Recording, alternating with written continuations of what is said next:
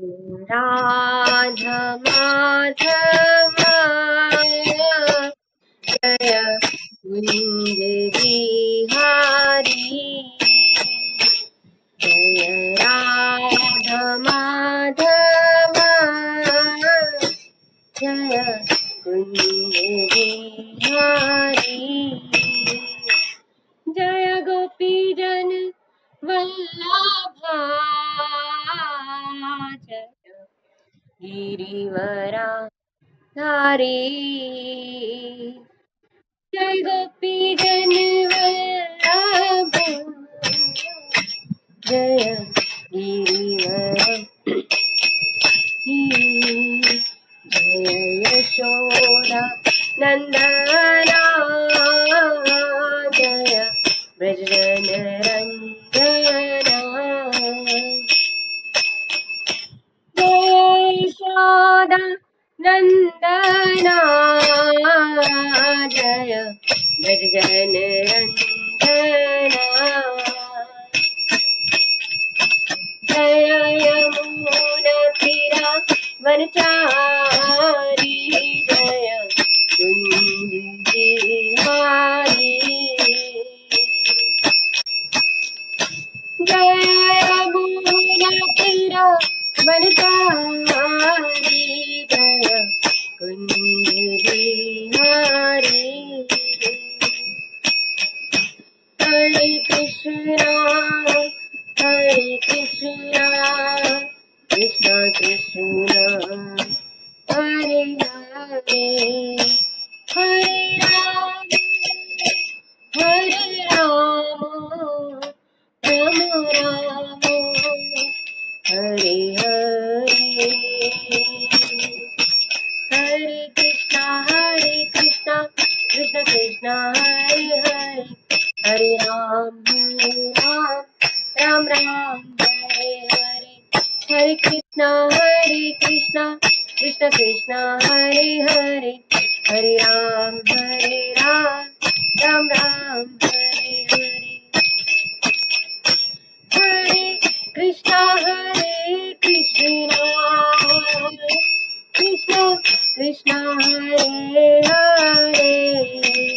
कृष्ण कृष्ण हरे हरे हरे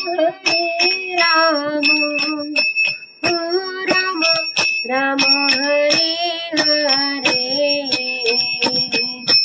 हरे कृष्णा कृष्ण कृष्ण हरे हरे हरे राम राम हरे हरे हरे कृष्णा कृष्ण कृष्ण हरे हरे हरे राम राम हरे हरे जय राधा माधव राधा माधव राधे गौरानिताय गौरानिताय गौरानिताय जय गौरानी जय जय प्रभुपाद जय प्रभुपाद जय प्रभुपाद जय शिल गुरुदेव जय भगवत्पाद जय भगवत्पाद जय भगवत्पाद जय शिल गुरुदेव जय ओम विष्णुपाद परमहंस परिवारकाचार्य अष्टोत्तर श्री श्री भक्ति वेदांत स्वामी जगत गुरु शील प्रभुपाद की जय अनंत कोटि वैष्णव वृंद की जय श्री श्री राधा माधव की जय श्री श्री गौणिताय भगवान की जय ओम अज्ञानतिम्रान्धस्य ज्ञानञ्जन शलाकया चक्षुरुन्मिलितं येन तस्मै श्रीगुरुवे नमः श्रीचैतन्यमनोभीष्टं स्थापितं येन भूतले स्वयं रूपा कदा मह्यं ददाति स्वपदान्तिकं वन्दे अहं श्रीगुरो श्रीयुतपदकमलं श्रीगुरून् वैष्णवांश्च श्रीरूपं साग्रजातं सहगणा रघुनाथं वितं तं सजीवं सावधैतं सावधूतं परिजनसहितं कृष्णचैतन्यदेवं श्रीराधा कृष्णपादान् सहगणा ललिता श्रीविशाखान्वितांश्च नमो विष्णुपादाय कृष्णपृष्ठाय भूतले श्रीमते भक्तिवेदान्त स्वामिन् इति नामिने। नमस्ते सारस्वते देवे गौरवाणी प्रचारिणे निर्विशेषा शून्यवादी पाश्चात्य देशतारिणे। हे कृष्ण करुणा सिंधु दीनबंधु जगतपते गोपेश गोपिका कांत श्री राधा कांत नमस्तुते। तप्त कांचन गौरांगी श्री राधे वृंदावनेश्वरी वृषभानुसुते देवी प्रणमामि हरिप्रिय। वाञ्छाकल्पतरुभ्यश्च कृपा सिन्धुभ्य एव च पतितानां पावनेभ्यो वैष्णवेभ्यो नमो नमः। जय श्री कृष्ण चैतन्य प्रभु नित्यानंद श्री अद्वैत गदाधर श्रीवासादि गौर भक्तवृंद। हरे कृष्णा कृष्ण कृष्णा हरे हरे हरे राम राम राम हरे हरे। हरे कृष्णा कृष्ण कृष्णा हरे हरे हरे राम राम राम हरे हरे। हरे कृष्णा कृष्ण कृष्णा हरे हरे हरे राम राम राम हरे हरे। मूकं करोति वाचालं पङ्गुं लङ्घ्यते गिरिं यत्कृपातमहं वन्दे श्रीदीनतारिणम्। परमानन्दं माधवं श्रीचैतन्येश्वरम्। नमो विष्णुपादाय कृष्णपृष्ठाय भूतले श्रीमते गोपालकृष्ण गोस्वामी इति नामिने। प्रभुपादस्य साहित्यं यः प्रकाशविधिरेच प्रचारं कृतवान् साधु भगवत्पादाय ते नमः। ओम नमो भगवते वासुदेवाय। ओम नमो भगवते वासुदेवाय। ओम नमो भगवते वासुदेवाय। हरे कृष्णा। हरे कृष्णा जी। आप सबका आज की हमारी इस मीटिंग में स्वागत है और स्पेशली स्वागत है मधु माता जी का। बड़े दिन के बाद उनके दर्शन हुए। उन्होंने हमें अपने एसोसिएशन से वंचित कर दिया था और उनके दर्शन भी नहीं हो पा रहे थे, और अच्छा है कि उन्होंने अपना वीडियो जो है वो ऑन कर रखा है, तो मुझे उनके दर्शन हो रहे हैं। बाकी जो इतने भक्त हैं जिनको जो भी पॉसिबल है कि अगर वीडियो ऑन कर सकते हैं, अंजू शर्मा के तो मैं उनके दर्शन कर लूं, मुझे अच्छा लगेगा। उनसे मिलकर मेरे ऊपर कृपा होगी। तो मेरी सबसे रिक्वेस्ट है कि प्लीज आप अपने अपने वीडियो ऑन कर सकते हैं।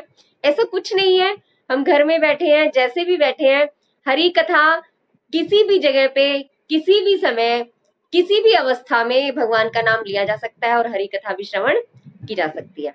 एक बार दर्शन करा दीजिए। रितु जी, आपका बहुत बहुत स्वागत है ना। और है विद्या रानी, ये हरे कृष्णा। ठीक है, तो ठीक है, हम शुरू करते हैं। जैसा अभी और हमारे मेंबर्स हैं अभी आने बाकी हैं, तो जैसा कि आप सब जानते हैं कि जो पिछला हफ्ता जो निकला,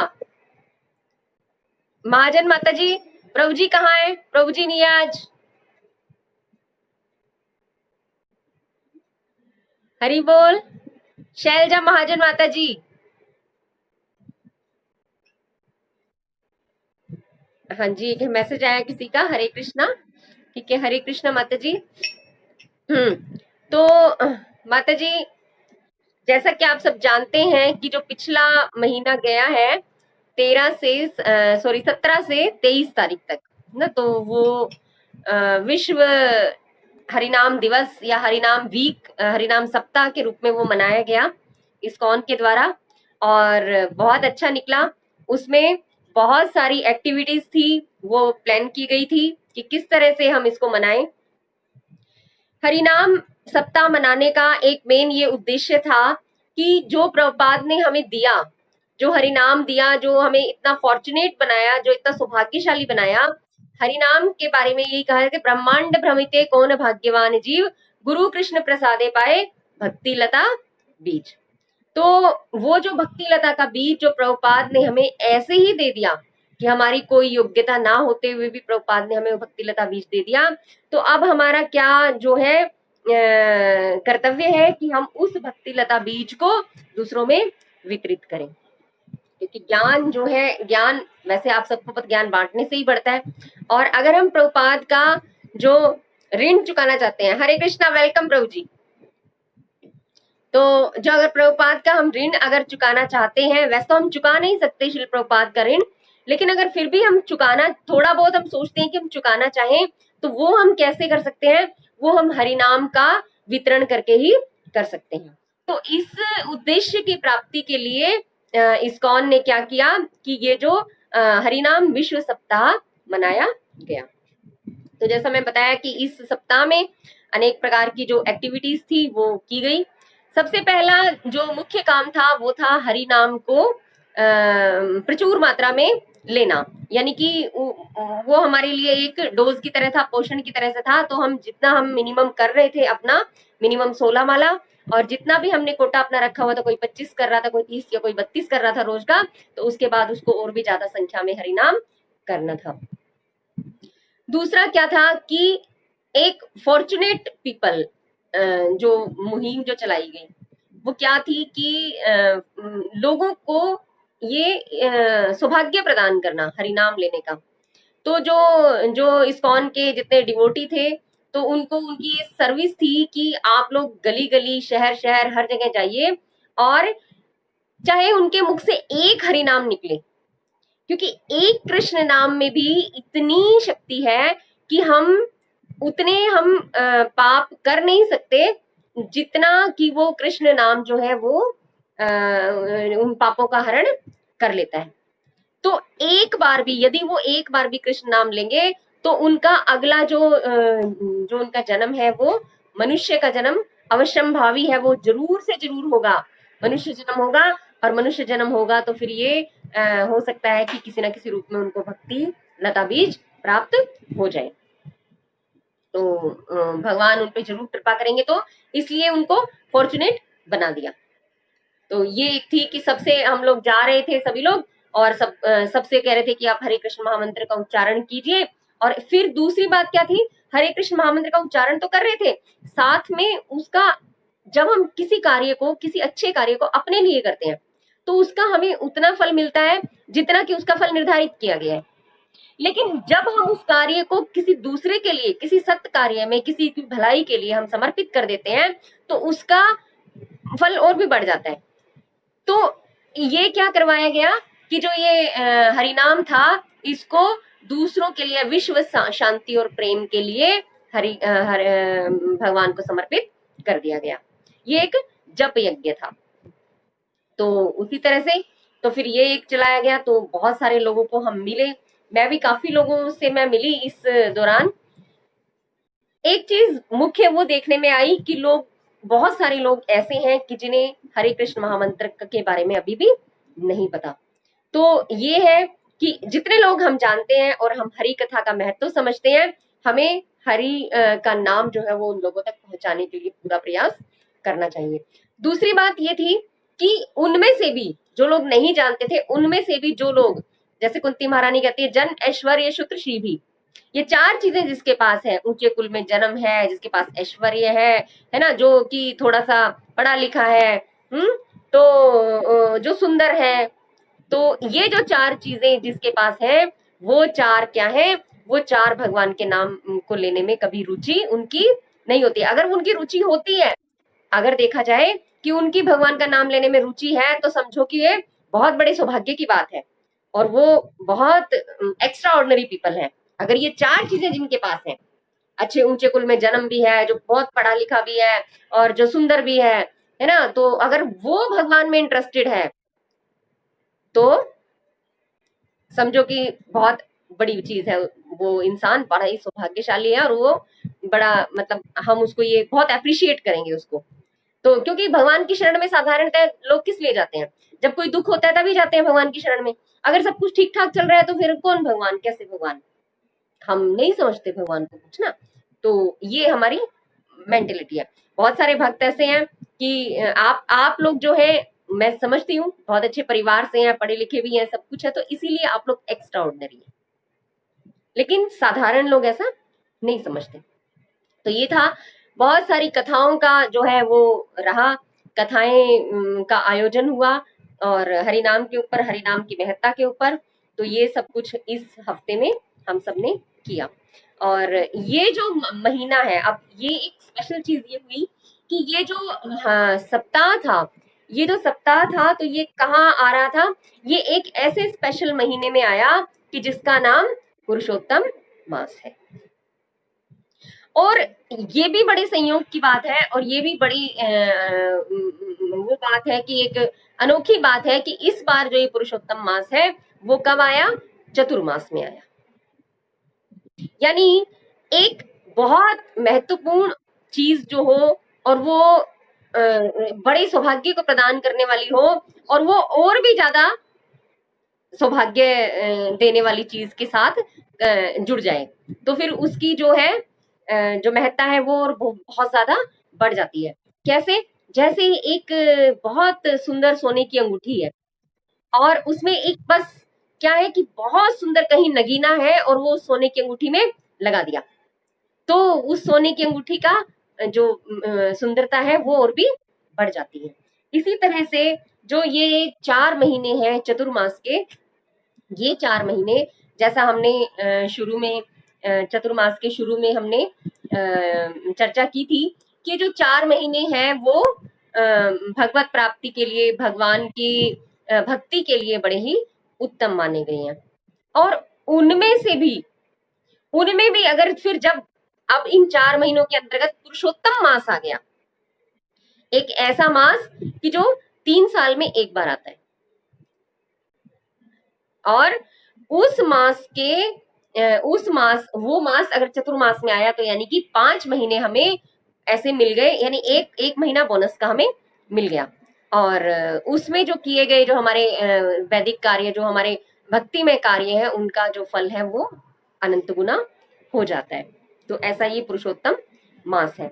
तो आज ये सोचा कि हम बड़े दिन के बाद जब मिले हैं तो पुरुषोत्तम मास शुरू हो चुका है, तो हम पुरुषोत्तम मास की थोड़ी स्तुति करें, थोड़ा हम जाने कि पुरुषोत्तम मास क्या है, और पुरुषोत्तम मास में हमारी साधना कैसी होनी चाहिए, हमारा भक्ति का स्तर कैसा होना चाहिए, ये मास जो है वो है क्या, किस तरह इसकी उत्पत्ति हुई, और इस मास का महत्व क्या है, तो ये सब हम अभी चर्चा करने का प्रयास करेंगे।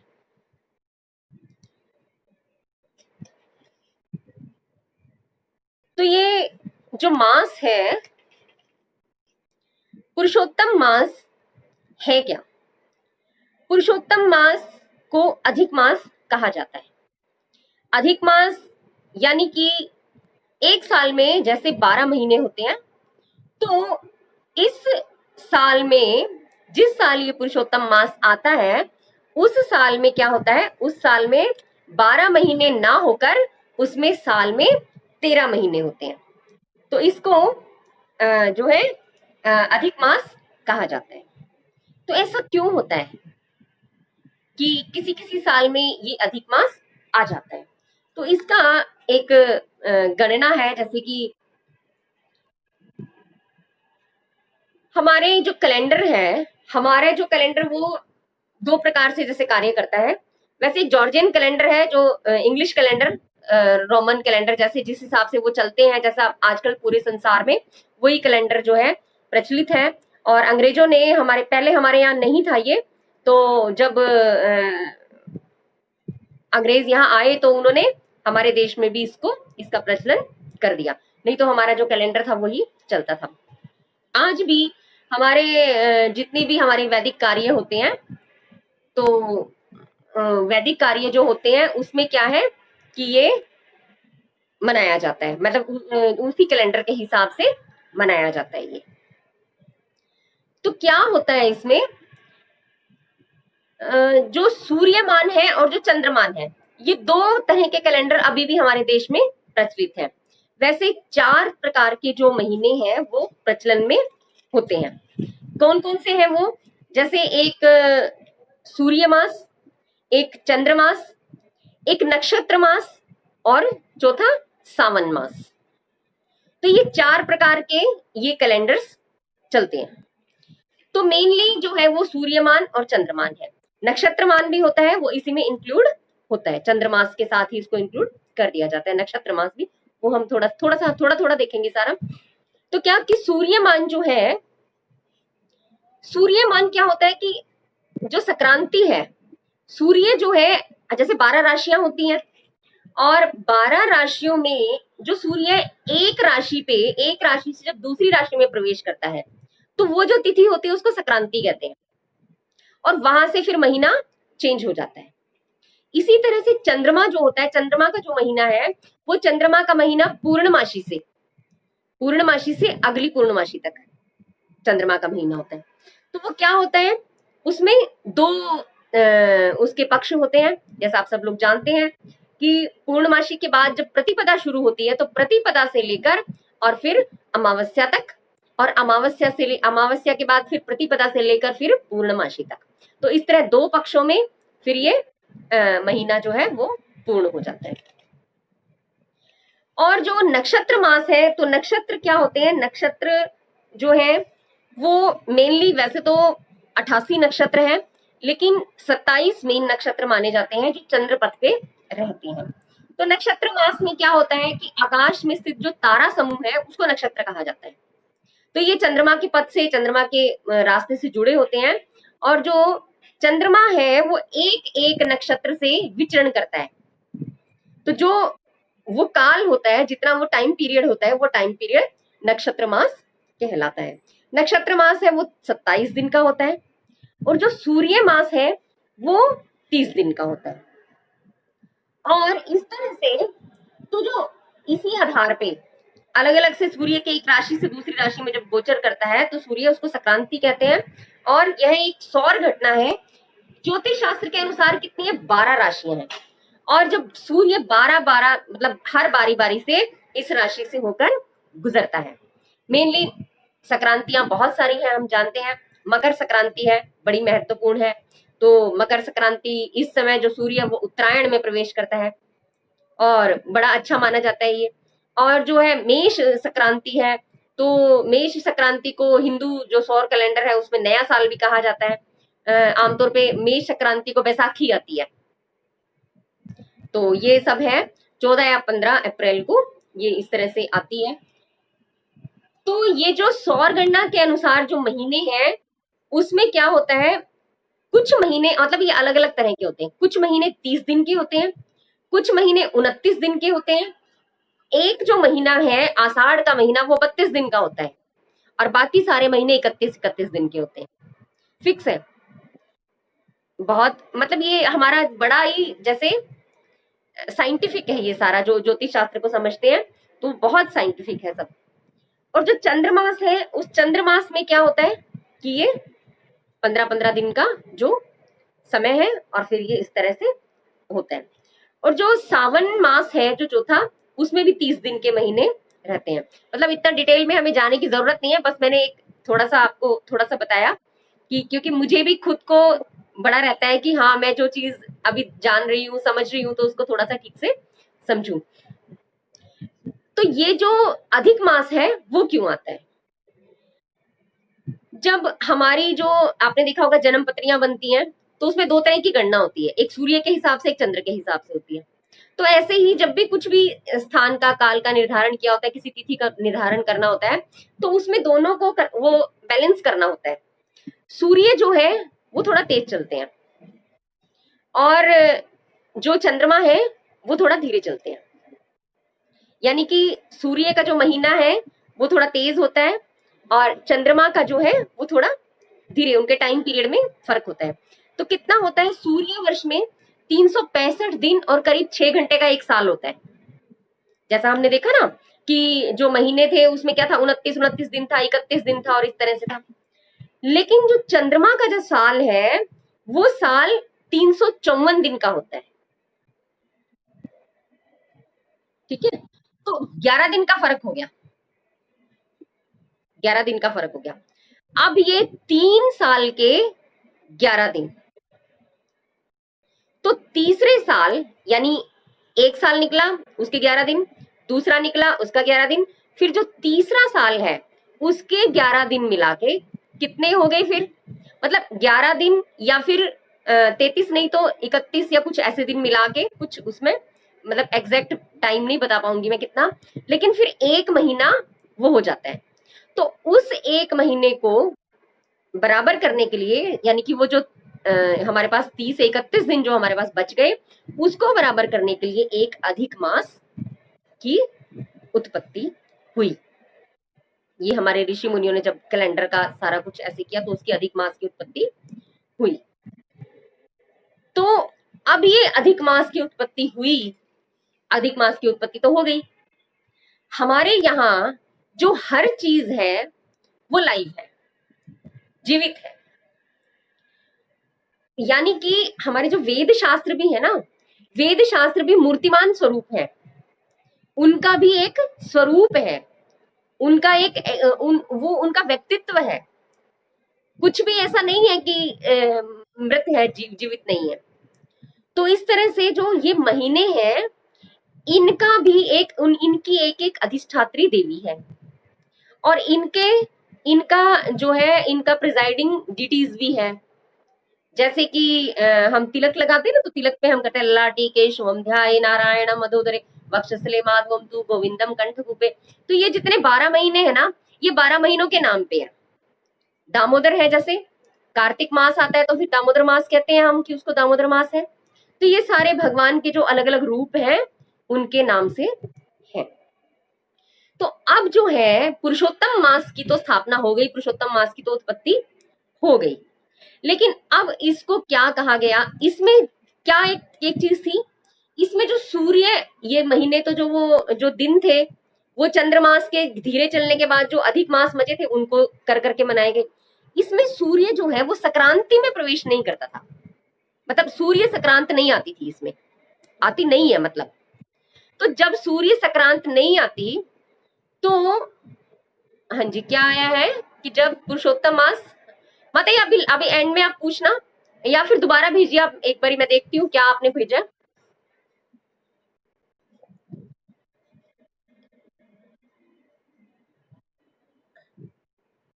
जब पुरुषोत्तम मास आता है तो ये कैसे पता चलता है पुरुषोत्तम मास कौन से महीने में आएगा? जैसे लास्ट टाइम आषाढ़ था, इस बार आश्विन है। मतलब ये मैं भी सोच रही थी कि किस तरह से पता लगाते हैं ये, और ये भी सोच रही थी कि कुछ लोगों के लिए शुभ है और कुछ लोगों के लिए शुभ नहीं है, तो हम कैसे करेंगे? तो इसका बड़ा सा है कि ये सब वो है, ज्योतिष शास्त्र पे आधारित है। तो मतलब इतनी डिटेल में मैं नहीं कर पाऊंगी, लेकिन ये है कि मैं आपको थोड़ा सा हिंट मैं दे सकती हूँ, या बाद में हम इसको डिस्कस कर लेंगे कि किस तरह से, थोड़ा सा मैंने जाना है, थोड़ा समझा है। तो फिर उसके बाद क्या होता है कि पुरुषोत्तम मास जो है अब ये आ तो गया, और इसको वो भी कर लिया कि इसकी एग्जिस्टेंस भी हो गई, स्थापित हो गई कि अब ये है और काम कर रहा है। अब इसमें सूर्य संक्रांति नहीं थी, अब ये भी जो है कि इसको वो नहीं माना गया, शुभ नहीं माना गया। तो इस महीने में क्या किया कि ये जो महीना है इसको अलग से घोषित कर दिया, और इसमें कोई शुभ कार्य नहीं होंगे, जो हम शुभ मुहूर्त नहीं होंगे, क्योंकि सूर्य के हिसाब से जब हम उसका निर्धारण करते हैं तो कोई मुहूर्त उसका निकलेगा नहीं। क्यों नहीं निकलेगा? क्योंकि जो है ये महीना एक तरह से इसको सबने मल मास का नाम दिया, और कहा कि इसमें कोई विवाह कार्य, इसमें कोई कुआं पूजन है, कोई घर का कोई है, इस तरह का गृह प्रवेश है, तो ये सारे कार्य इसमें नहीं होंगे। जनरली हम सारे शुभ कार्य ही देखते हैं कि हमें शुभ के लिए कोई विशेष मुहूर्त चाहिए। एक बात विशेष है कि जितने भी सारे कार्य हैं वो अभी हम बाद में अभी थोड़ी चर्चा करेंगे। तो क्या हुआ कि फिर इसने क्या किया, अब ये बड़ा चिंतित हुआ, बड़ा उदास हुआ। अब जो इसकी प्रिजाइडिंग डीटी थी वो बड़ी उदास हो गई, बड़ी मुश्किल में थी, कहती अब मैं क्या करूं, मुझे तो सब कह रहे हैं कि ये जो महीना है वो बड़ा मलमास है, ये तो एक तरह से अछूत नहीं होता, जैसे उसको छोड़ दिया गया कि अभी क्या करेंगे, पंडित जी हैं वो ऐसे बैठ जाते हैं, कोई काम नहीं, मैं क्या करूं। तो अब वो बड़ी दुखी हुई, तो उन्होंने क्या किया कि भगवान, अगर आपने मेरी उत्पत्ति की है और मुझे ऐसा क्यों कर दिया है, बाकी सारे महीने तो कितने अच्छे हैं। तो वो फिर नारायण के पास गए, भगवान नारायण के पास। तो नारायण ने कहा कि हाँ चलो ठीक है, हम गोलोक वृंदावन धाम चलते हैं और आपको लेकर चलता हूँ, तो आप भगवान श्री कृष्ण से इस अब समस्या का समाधान ढूंढ लीजिए। अब वो ऐसे करके उन्हें गोलोक वृंदावन लेके गए, तो उनकी वो तो बड़े चिंतित, उनका मुख था जो था वो बड़ा ही चिंता में थी। तो उन्होंने कहा कि मैं तो अभी क्या करूं, और मैं बड़ी दुखी हूँ। तो भगवान ने कहा ये गोलोक वृंदावन धाम है, यहाँ कोई दुखी नहीं होता, तुम खुश हो जाओ। कहते भगवान अगर मेरी जो समस्या है उसका समाधान हो जाए तो मैं खुश हो जाऊं। अब आप मुझे बताइए कि ऐसा क्या है कि अभी आपकी उत्पत्ति की हुई है और ये महीना, और देखो, और मुझे तो बड़ा मतलब दुख का अनुभव होता है कि जब सब लोग ऐसे बोलते हैं कि भैया ये तो महीना जो है वो बड़ा शुभ नहीं है और ये मल मास है, तो इसमें कोई कार्य नहीं करेंगे, सब इसमें वर्जित है। तो उन्होंने कहा कि भगवान ने कहा अच्छा तो अब आपकी क्या इच्छा है। कहते नहीं, इच्छा यही है कि इस मेरे दुख का अंत किया जाए। भगवान ने कहा आप दुखी मत हो। कहते सारे जो महीने हैं उसका जो नाम है वो आप आपके जो आपके जो है उनके नाम पे है, कोई केशव मास है, कोई दामोदर मास है, और मैं तो मेरा तो कोई रक्षक नहीं, कोई स्वामी नहीं, मुझे जो कोई आता है वो सब कह के चला जाता है।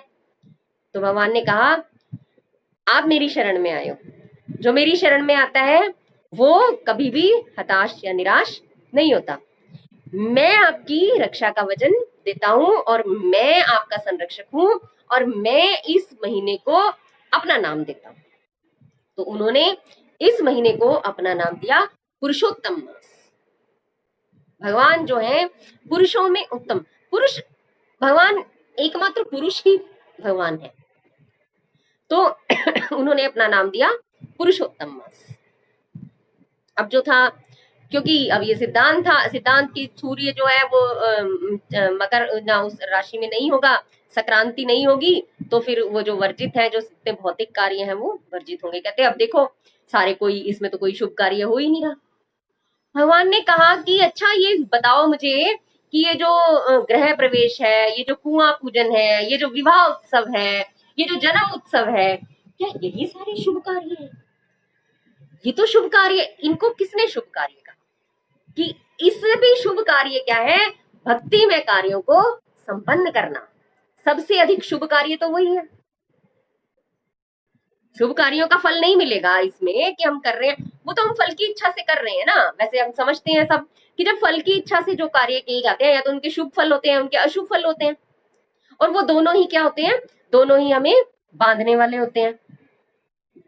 लेकिन जो भक्ति में कार्य है, वो भक्ति में कार्य तो हमें जंजीरों से, इन बेड़ियों से छुड़ाने वाले होते हैं।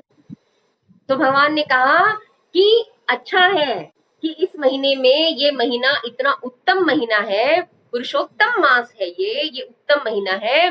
तो क्या है, इस महीने में जो कार्य किए जाएंगे वो ऐसे भौतिक कार्य नहीं किए जाएंगे, और इस महीने में 30 दिन 31 दिन जितना भी समय होगा वो समय पूरा भक्ति में कार्यों को संपन्न करने के लिए होगा, और तो कोई काम है ही नहीं। विवाह करना है बेटी का तो 1 महीना रुकना पड़ेगा। घर में बच्चा हो गया, अभी अगर कुआं पूजन करना है, कुछ करना है, उसकी तैयारी करनी है तो 1 महीना रुक जाओ। गृह प्रवेश घर बनकर भी तैयार हो गया लेकिन अभी गृह प्रवेश नहीं कर सकते। तो क्या है, इस महीने में आप सारी चिंता छोड़ दो इन कामों की और श्री हरि विष्णु की भक्ति करो। और इस महीने में जो आपको फल प्राप्त होगा वो फल भी कहीं कहीं शास्त्रों में 16 गुना बताया गया है कि 16 गुना प्राप्त होगा। लेकिन भक्ति की, भक्तों के मुख से सुन के भक्त जो भक्ति में व्याख्या करते हैं और भक्तों का जो हृदय होता है कि इस तरह से अनंत गुना भी बताया गया है कि इसमें अनंत गुना मिलेगा। और आप सोचिए इस बार जो है ये पुरुषोत्तम मास है वो चतुर्मास में आ रहा है, तो कितना फल मिलेगा, फिर तो हम कल्पना ही नहीं कर सकते।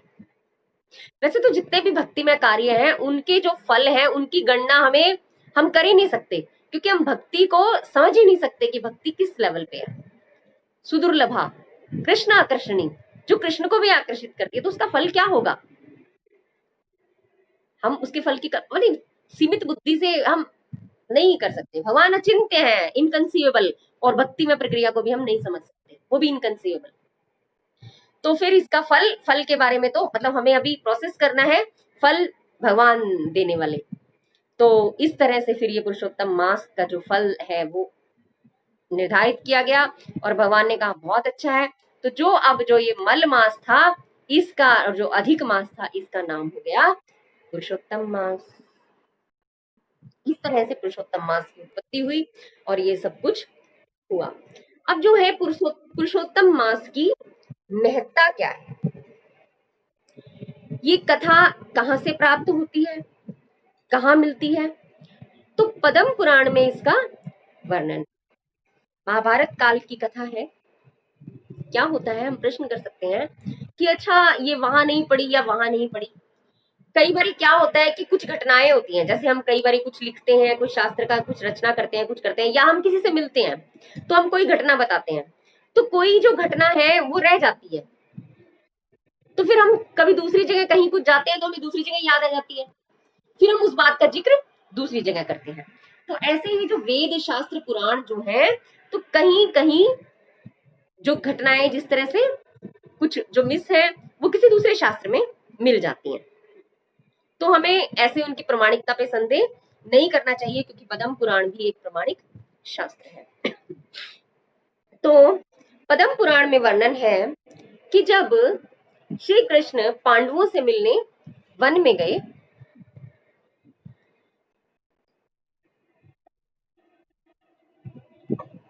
ये उस समय की घटना है जब उनको भेज दिया गया था वन में और अज्ञातवास भी करना था, तो ये उस समय की घटना है। तो ये वन में गए और उस समय पांडवों ने श्री कृष्ण को, भगवान श्री कृष्ण को बताया कि देखो हमारे साथ ये किया, दुर्योधन ने बड़ा कुछ अन्याय किया, और देखो द्रौपदी का चीरहरण हुआ, वो तो आपकी कृपा से, भगवत कृपा से, और उनकी लाज बचाई गई, और देखो हमारे साथ कितना, और हम कितने दुख में हैं। तो भगवान बड़े क्रोधित हुए। तो भगवान क्रोधित हुए कि चलो, कहते मैं दुर्योधन का नाश कर सकता हूँ। तो फिर भगवान ने कहा कि ये जो कष्ट है ना, ये जो तुम कष्ट भोग रहे हो, इसका भी एक कारण है। इसका कारण क्या है? कहते इसका कारण ये है कि आपने पुरुषोत्तम मास की अवहेलना की, आपने पुरुषोत्तम मास का पालन नहीं किया, जिसके फलस्वरूप आपको ये कष्ट भोगना पड़ा। तो फिर वो द्रौपदी महारानी को भी बताते हैं कि द्रौपदी महारानी कि आपको जो ये कष्ट भोगना पड़ रहा है, इसके पीछे ये कारण है, आपको जो आपका जो इतना आपका जो मान हनन हुआ, और इतना आपकी मतलब इतनी बुरी हालत हुई, तो उसमें क्या है कि उसमें भी आपका सॉरी, उसमें भी क्या है, जो ये पुरुषोत्तम मास की आपने अवज्ञा की, पुरुषोत्तम मास के बारे में भला बुरा कहा, तो इसके बारे में आपको सुनना पड़ा। द्रौपदी महारानी ने कहा कि कब, कैसे? तो उन्होंने कहा, बताया कि पूर्व जन्म में आप जो है मेधावी नामक ऋषि की पुत्री होती थी।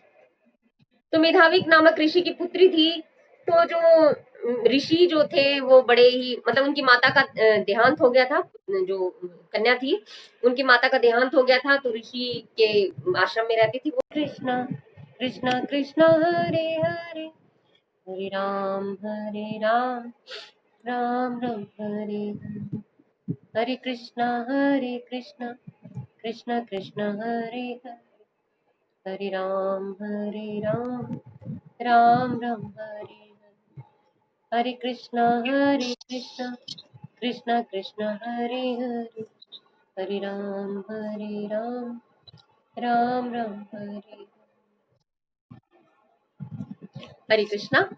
हाँ जी, तो फिर क्या हुआ कि जैसे द्रौपदी महारानी जो पूर्व जन्म में एक ऋषि की कन्या थी, मेधावी नाम की ऋषि की कन्या थी, तो उनकी माता का देहांत हो चुका था, और उसके बाद जो ऋषि थे वो अपने इतने कार्यों में इतने बिजी थे कि उन्होंने ये ध्यान ही नहीं दिया कि पुत्री जो है विवाह योग्य हो गई है, और उससे पहले ही उनका देहावसान हो गया।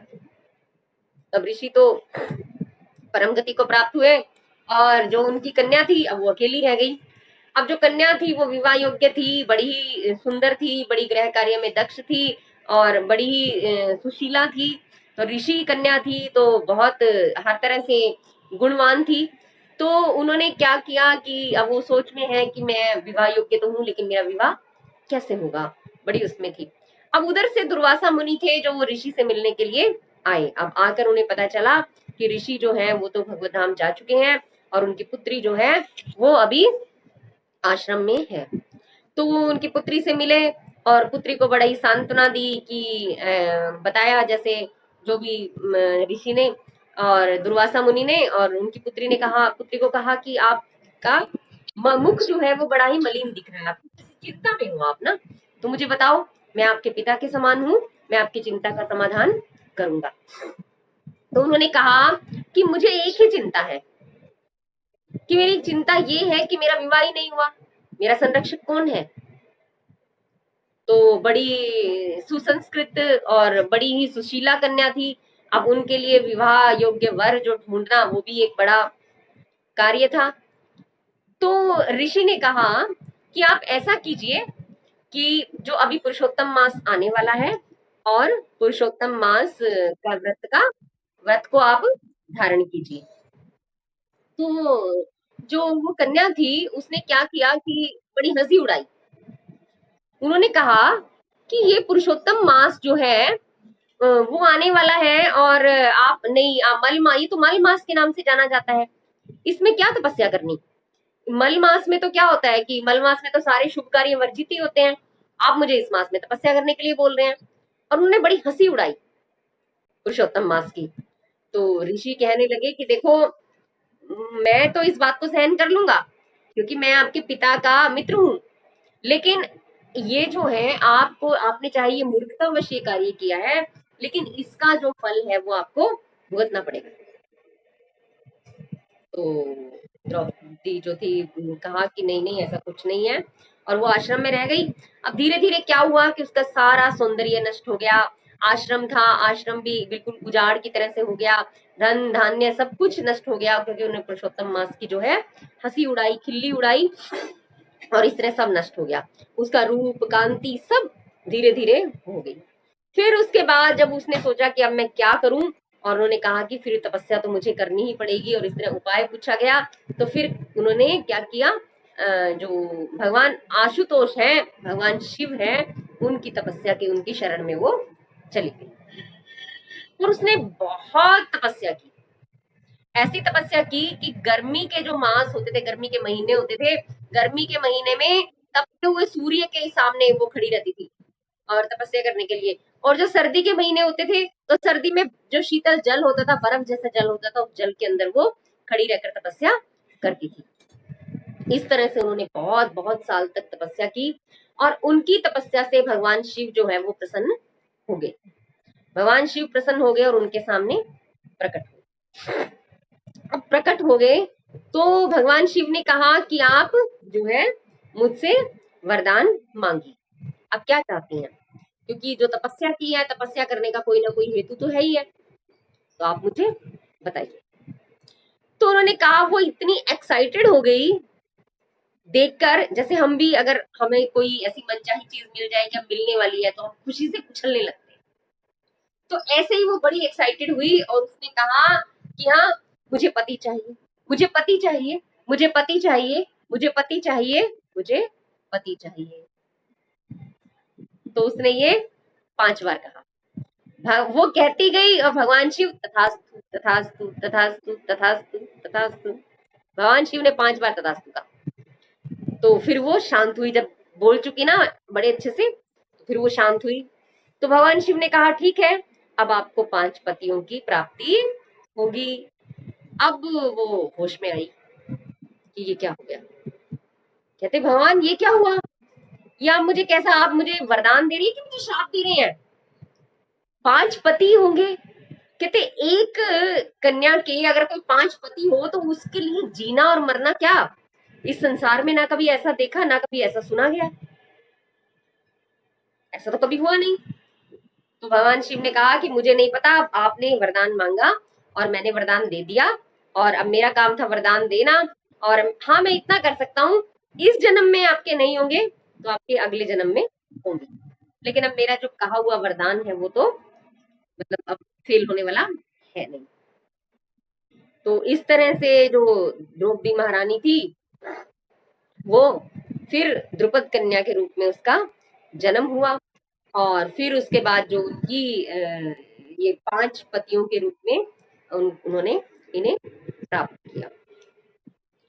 जब इनका विवाह हो रहा था तो युधिष्ठिर महाराज ने भी, जब इनके ये शंका ये हुई कि ऐसा कभी है तो कि एक ही स्त्री के अलग पति, इतने सारे पति हों, तो ऐसा कहीं किसी शास्त्र में आया है कि आप धर्म के ज्ञाता हैं और राजा हैं? एक राजा की अनेक पत्नियां तो संभव है, लेकिन ना कभी ऐसा देखा और ना कभी ऐसा सुना।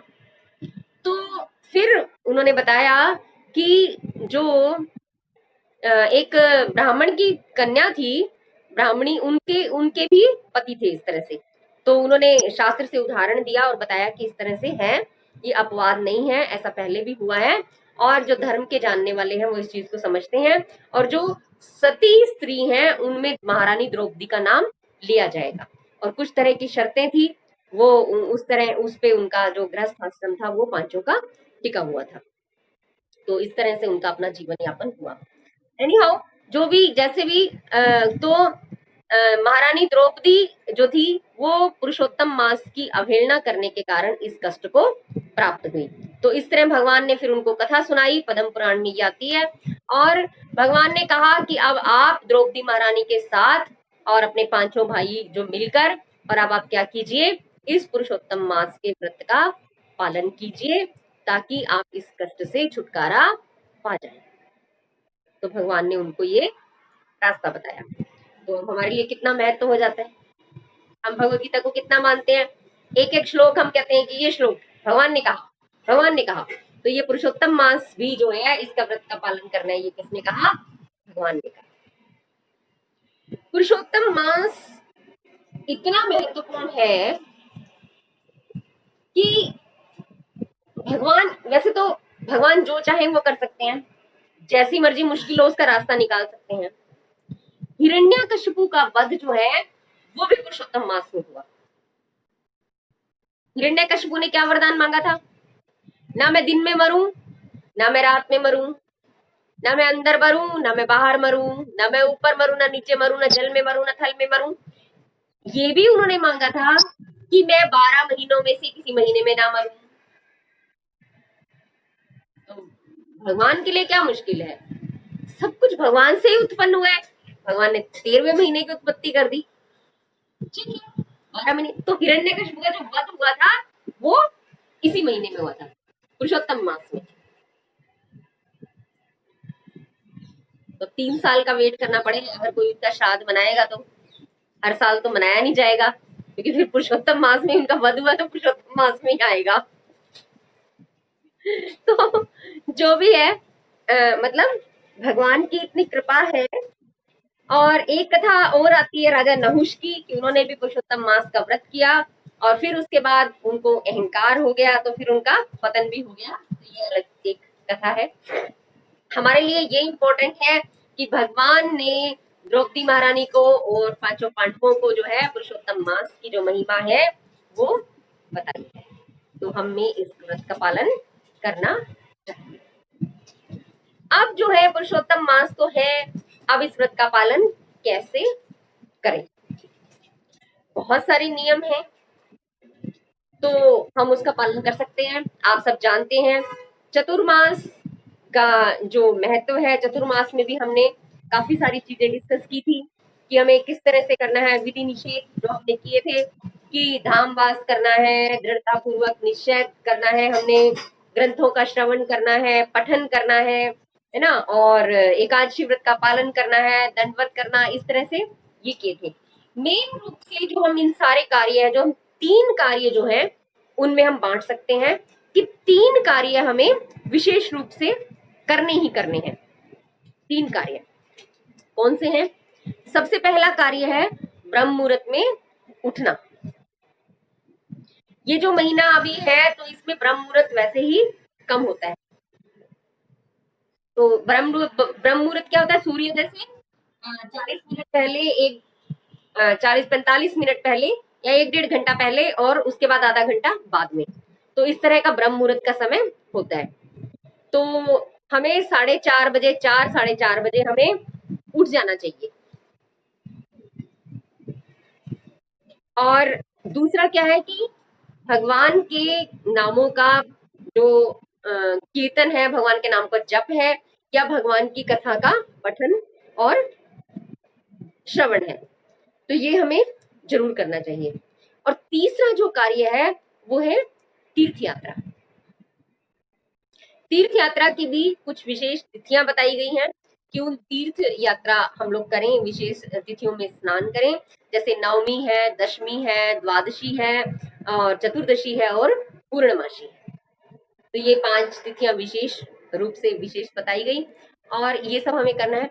लेकिन हम जो है, हम तो एक ऐसे संप्रदाय से हैं, हम एक ऐसी परिवार से हैं कि जहां जिनका ध्येय ही भगवान की प्रसन्नता है। तो हमारी तो ये साधना भक्ति में ये सारे कार्य आते हैं। लेकिन अगर हम जल्दी नहीं उठ पा रहे, तो हमें इस मास में विशेष रूप से जल्दी उठना चाहिए। भगवान को घी का दीपक जो है वो अर्पित करना चाहिए हमें। शाम के समय हम कर सकते हैं रोज, और सुबह भी। मतलब कहने का ये है कि अगर घर में विग्रह है तो हमें उनकी मंगल आरती और संध्या आरती हमें जरूर करनी चाहिए, और उसके बाद भगवान के पवित्र नामों का जप हमें करना चाहिए। तो आप सबसे विशेष प्रार्थना है, हमारे मंदिर की ओर से एक विशेष जो प्रोग्राम है वो चलाया जा रहा है। सुबह 6 से 7 सब लोग एक जूम मीटिंग होती है, और उसमें सब लोग मिलकर इकट्ठा जप करते हैं। वीडियो ऑन रहता है, तो सब लोग भक्त मिलते हैं। तो 40 से 50 फैमिलीज होती हैं जो जप कर रही होती हैं। इतनी होती हैं, 40 भक्त तो होते ही होते हैं, आराम से फैमिलीज ही होती हैं पूरी। तो सबका वीडियो ऑन रहता है। तो आप सबसे निवेदन है कि आप लोग भी उसे शामिल हो सकते हैं उसमें। और हमें नियम बना लेना है कि इस महीने या भी चतुर्मास में भी हमने बोला था कि नियम है बनाए हम अपना कि हम 16 माला से अधिक हम जब भगवान का करें, और विशेष रूप से भागवत का पठन करें।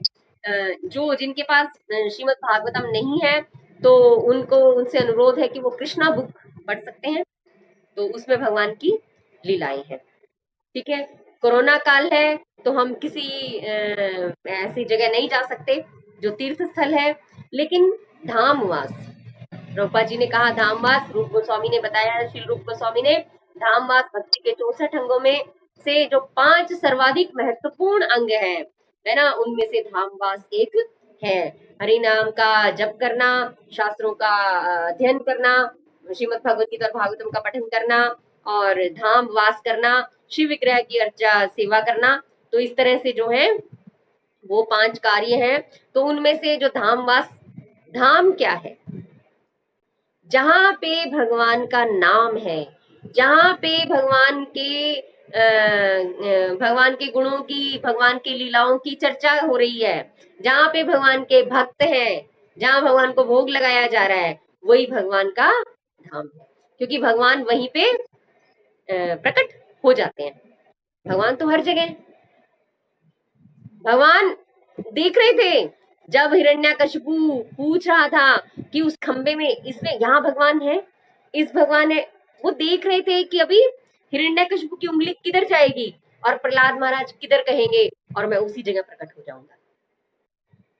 वो खंबा भी धाम हो गया, क्योंकि भगवान प्रकट हो गए वहां से। तो जहां भगवान प्रकट हो जाए वही धाम है। और ये एक भक्त का भक्त के ऊपर विशेष कृपा है, एक भक्त की क्वालिटी है, एक भक्त का गुण है कि भक्त चाहे तो अपने प्रयास से भगवान को वही प्रकट कर सकता है। तो इतनी चिंता करने की आवश्यकता नहीं है कि हम तीर्थ स्थल पे नहीं जा पाएंगे। जहां भगवान का नाम है वही भगवान का धाम है। भगवान के नाम, रूप, गुण, लीला और धाम सब एक है। ठीक है, तो ये विशेष कार्य है, ये हमें करने चाहिए। तो आज बड़ा मन था कि हम पुरुषोत्तम मास की महिमा का वर्णन करें, थोड़ी चर्चा करें। तो आप सबसे निवेदन है कि आप सब इन जो सारी ये चीजें हैं इनका, बहुत से भक्त आप लोग तो कर ही रहे हैं, सब 16 माला से अधिक कर रहे हैं, बल्कि सारे नियमों का पालन कर रहे हैं। तो और भी हम दृढ़ता पूर्वक करने का प्रयास करेंगे। और यदि कोई किसी तरह की त्रुटि रही हो कुछ ऐसा, तो मुझे क्षमा करें। और अगर कोई शेयर करना चाहता है तो वो कुछ शेयर कर सकता है। है ना? तो कुछ भी कहना चाहें? जब भी मीटिंग शुरू हुई थी तो कोई बोल रहे थे, रश्मि माता जी बोल रहे थे, मेरे ख्याल से कल के बारे में शायद बोल रहे थे। हरि बोल रश्मि माता जी। हेलो, हाँ। अच्छा, वो जो हेलो, हाँ जी, हाँ जी, हरि बोल। हाँ, माता जी, वो तो हाँ जी, हाँ जी माता जी, आप मेरी आवाज सुन पा रहे हैं? हाँ जी, हाँ। मैं ये कह रही हूँ माता जी कि आप, हाँ, आपने मेरा सुना। मैं तो जितने भक्तों का सुन रही थी ना, जो नए नए सारे भक्त थे, मतलब मैं उनका सुन के मैं रोने लग गई। हाँ, मैं रोने लग गई उनका सुन के कि हाँ, इतने उनके उद्गार थे, उनके हृदय से निकल रहे थे। मैंने जो लिखा था ना, मैं यह सोचा था कि मैं ये बोलूंगी, मैं सब भूल गई। मतलब जितने नए नए लोग थे उनसे मिलके, मतलब उनकी बातें सुन के ऐसा लग रहा था कि सच में हमें प्रभुपाद जी ने क्या ही दिया है, जिसके हम अधिकारी ही नहीं थे। और अब हमें इतने साल हो गए तो हमें तो अब ये जीवन ही लगता है। अब जैसे सब लोग कह रहे थे कि प्याज छोड़ दिया हमने, अब खाने का मन नहीं करता। उनका तो मन नहीं करता, मेरे तो अगर पड़ोस में किसी के यहाँ तड़का लगता है तो मुझे उल्टी लगने को हो जाती है। मैं तो किसी मैं तो किसी जो ये हमारी बसेस होती है ना, आम बसें होती हैं जिस तरह की, अगर मुझे कभी, वैसे तो मैं बहुत साल से गई नहीं हूँ इनमें कभी, तो मैं उन बसों में नहीं बैठ सकती, क्योंकि मुझे उन बसों में से लोगों के अंदर से वो पसीने की इतनी गंदी स्मेल आती है, मुझे लगता है कि मुझे उल्टी लग जाएंगी। आप सोच सकते हैं कि फिर कितने कितना क्या हो, हालात कहाँ तक हो गई। मतलब अभी बेटी को छोड़ने जाना था, आपको पता ही है सारे, जब मैं बेटी को छोड़ी, मैं कार ले गई और गुड़गांव तक उसको अकेली छोड़ के आ गई, और आते में तो अकेली थी, मैं ड्राइव करके अकेले ही आ गई। मतलब ये हालात हो गए हैं। तो प्रभुपाद जी की कितनी विशेष कृपा है। और लोग वहां जाते हैं अपना एलांटे मॉल में जाते हैं, तो अब मैंने देखा कि पहले तो एक ही उस पे खाने की वो बना हुआ था। अब तो हर जगह, क्योंकि उन्होंने तो क्या करना है, बच्चे हैं साथ में, बच्चों ने तो खाने का देखा तो वही पकड़ के खड़े हो जाएंगे, पेरेंट्स को जबरदस्ती खिलाना ही पड़ता है। पहले तो खाने के लिए ऊपर जाना पड़ता था, थर्ड फ्लोर पे था कि किस पे था, अब वो सारे ही फ्लोर पे है, और इतनी गंदी स्मेल आ रही होती है, कहने को तो वो खुशबू होती है, और हमें वो इतनी गंदी स्मेल लगती है। तो ये क्या है कि प्रभुपाद जी की कृपा से हम जो, हमारी जो वृत्ति है और जो हमारा रहन सहन अब क्या है, सतोगुण में आता जा रहा है ना। तो जब सतोगुण में आता जा रहा है, तो फिर हमें ये जो तमोगुणी चीजें, रजोगुणी चीजें हैं, ये हमें अच्छी नहीं लग रही है। तो अब हमें चेंजेस का पता चल रहा है, और भक्त लोगों ने कितना, कितने मतलब हृदय से अपना आभार प्रकट कर रहे थे। मैं तो यही सोच रही थी, मैंने कहा यार ये तो बड़ा ही मेरे लिए कठिन हो गया कि नाम भी मेरा दे दिया, और बोलेंगे, कह देंगे लोग ये इतनी पुरानी माता है, यही नहीं बोल रही है, ये इसने कुछ नहीं बोला। और मुझे नहीं पता कि मैंने क्या बोला, बस वो पोएम मैंने जरूर पढ़ी, इतना था। बाकी सब बोला, महाजन, ये माता जी ने बोला, महाजन प्रभु जी ने बोला, माता जी ने बहुत अच्छा बोला।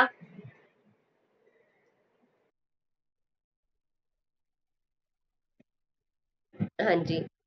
और मैंने तो बल्कि थोड़ा ज्यादा टाइम लिया, मेरे से तो बोला ही नहीं गया, थोड़े से में इन्होंने तो गागर में सागर भर दी, थोड़े से में। ठीक है जी। और कोई कुछ शेयर करना चाहता है, कुछ कहे तो अगली बार से हम फिर भगवत गीता अपना कंटिन्यू करेंगे। हाँ जी, हरि बोल, किसी की आवाज आ रही है? ठीक है। आज गीता पांडे माता जी नहीं आए हैं, हो सकता है कि उन तक मैसेज ना पहुंचा हो, नहीं तो वो बहुत रेगुलर हैं। और अगली बार हम भगवत गीता एक नया ग्रुप बनाने की सोच रहे हैं, कि आप सब लोग जो रेगुलर हैं कि उनका एक नया ग्रुप बना दें, और फिर उसके हिसाब से एक मैंने सोचा है कि अभी जो हम भगवत गीता का वो करेंगे, श्लोक लेंगे, तो उस श्लोक के बाद हम एक या दो प्रश्न लिया करेंगे, और वो प्रश्न मैं ग्रुप पे डाल दूंगी, और फिर आप मुझे उसके आंसर भेज सकते हैं। तो पहले हमने अपनी सैटरडे क्लास में भी शुरू किया था क्वेश्चन आंसर का, तो उससे थोड़ी रीडिंग हमारी अच्छी हो जाती है। ठीक है, अगर आप लोगों को ठीक लगे तो ठीक है। ठीक है जी, हरे कृष्णा। और कोई किसी का प्रश्न हो, कोई कमेंट हो, कोई क्वेश्चन क्वेरीज कुछ भी हो तो प्लीज शेयर कर सकते हैं।